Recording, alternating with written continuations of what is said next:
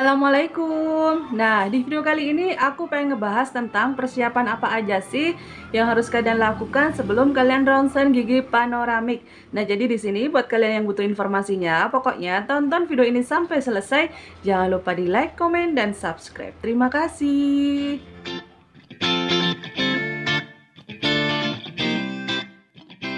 Nah, jadi di sini aku pengen ngebahas tentang persiapan apa aja sih sebelum kalian ronsen gigi panoramik. Jadi kemarin aku udah ngejelasin ya ke kalian persiapan apa aja yang harus dilakukan sebelum kalian cabut gigi dengan kondisi kalian punya hipertensi, oke?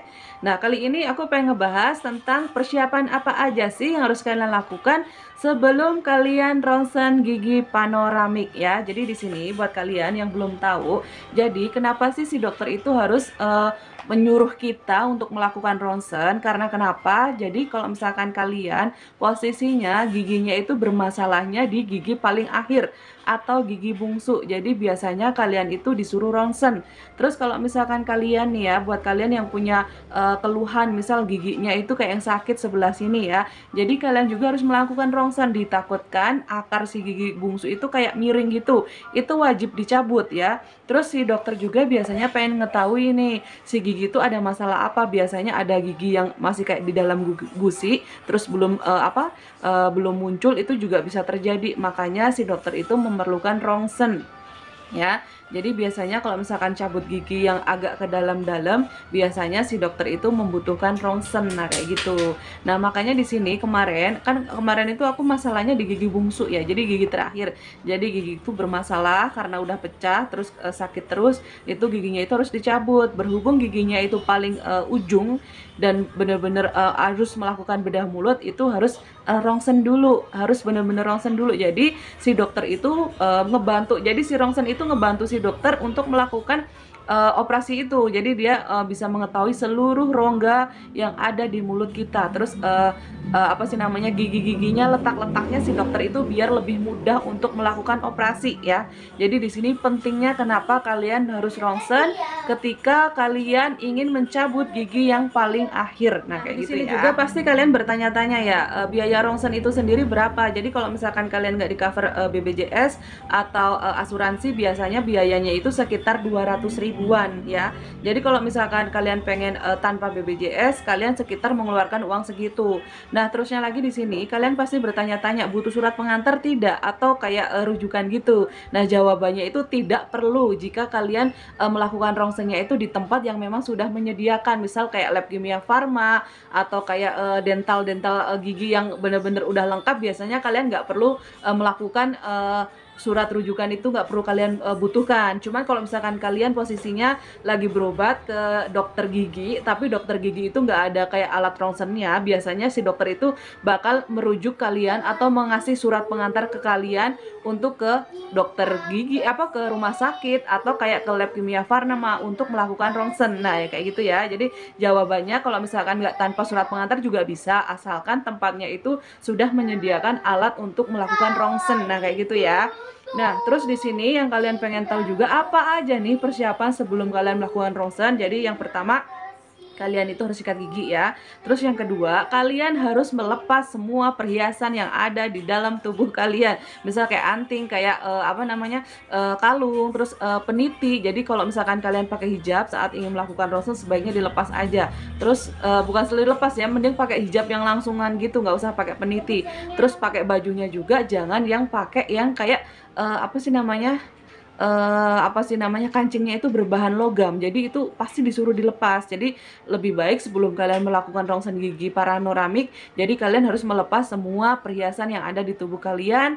Terus logam-logam yang ada di sekitar sini itu kalian harus dilepas ya.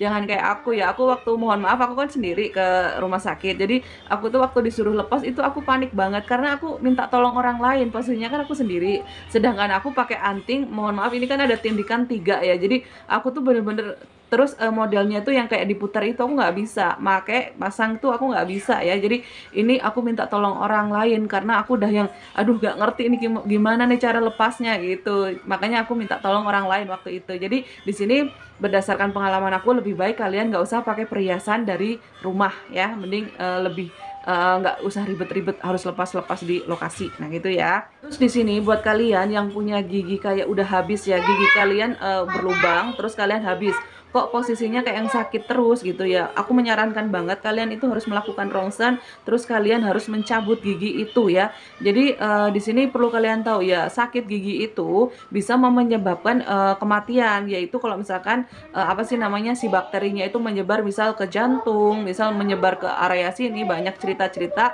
yang orangnya itu awalnya sakit gigi terus bengkak nyampe sini atau nyampe kepala ya, karena si bakterinya itu udah menyebar ya. Jadi di sini kalau yang punya sakit gigi terus giginya itu posisinya udah berinfeksi, kalian harus cabut, nggak usah takut, rasanya itu nggak sakit ya.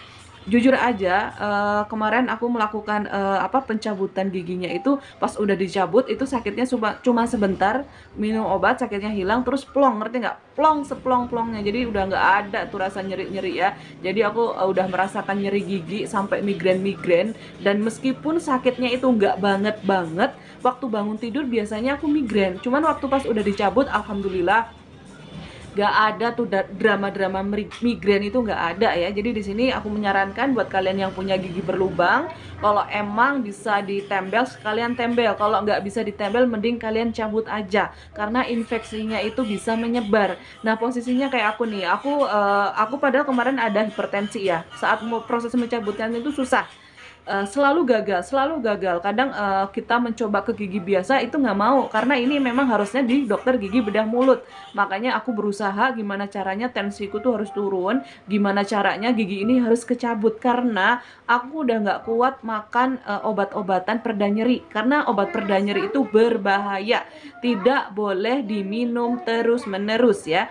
Jadi di sini buat kalian yang punya sakit gigi berlubang dan sering sakit, aku menyarankan mending dicabut aja, bener-bener nggak sakit. Kalau misalkan posisinya giginya itu bukan gigi yang paling ujung, kalian bisa ke dokter gigi biasa. Cuman kalau misalkan giginya udah yang paling pojok sini, paling terakhir atau gigi bungsu, yang harus kalian lakukan adalah kalian ke dokter bedah mulut, dan kalian harus melakukan ronsen dulu biar mempermudah si dokter gigi itu melakukan tindakan ya, bukan ngasal ya. Jadi si dokter juga butuh ngelihat data kayak gini ya, jadi oh ini posisinya begini ya. Dan kalian harus tahu ya, aku melakukan ronsen, aku merasa gigi aku yang bermasalah cuman satu, cuman dengan melihat foto ronsen gigi ini, si dokter itu tahu loh gigi mana yang meradang gitu, dia tahu loh. Terus di sini dia juga bisa tahu gigi yang sebelah sini udah OTW mau rusak. Bener-bener si dokter itu hanya melihat foto ronsen ini aja dia udah ngerti ya. Jadi di sini kenapa kalian harus ronsen, biar mempermudah si dokter itu melakukan tindakan. Jadi si rahang-rahang sini tuh kelihatan semua. Bahkan kalau ada gigi yang nggak muncul, gigi yang kayak tertanam itu kalian juga bisa kelihatan. Cuman biasanya kalau gigi yang bener-bener kayak tertanam gitu, yang bener-bener kayak nggak muncul tapi posisinya ada di dalam, biasanya dibius total. Cuman kalau misalkan kayak pencabutan biasa atau operasi bedah mulut yang biasa, itu nggak total ya. Kayak aku kemarin operasi bedah mulut untuk gigi bungsu aku yang udah rusak, yang infeksi itu tuh nggak dibius total, cuman dibius di berapa suntikan. Aku ingatnya 3 ya, disuntik. Terus pas proses pencabutannya itu aku harus si biusnya itu ditambah lagi, karena waktu itu lumayan susah aku nyabutnya ya. Jadi infeksinya udah lama, jadi si gigi itu nempel ke tulang. Jadi si dokter itu nggak cukup 10 menit prosesnya, sekitar 30-an menit lah pokoknya ya. Makanya dia agak susah, jadi biusnya itu ditambah lagi.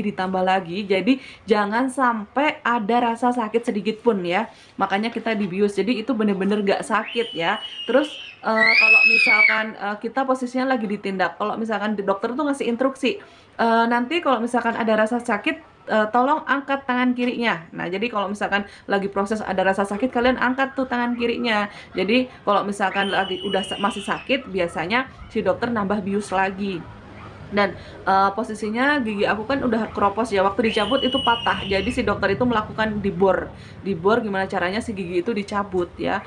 Bener-bener rasanya itu plong banget. Aku nggak rugi, meskipun kalau misalkan kalian harus bayar, bisa nggak pakai BPJS atau asuransi, kalian bayar itu nggak rugi, karena rasa sakitnya itu bener-bener hilang, ngerti nggak? Hilang, plong, ngerti nggak sih? Sakit gigi itu rasanya nggak enak banget, bener-bener nggak enak banget. Pokoknya kalian harus cabut ya, biar nggak infeksinya itu nggak kemana-mana. Kalau Kalau misalkan kalian punya asuransi, pakai asuransi. Kalau misalkan kalian punya BPJS, gunakan BPJS ya.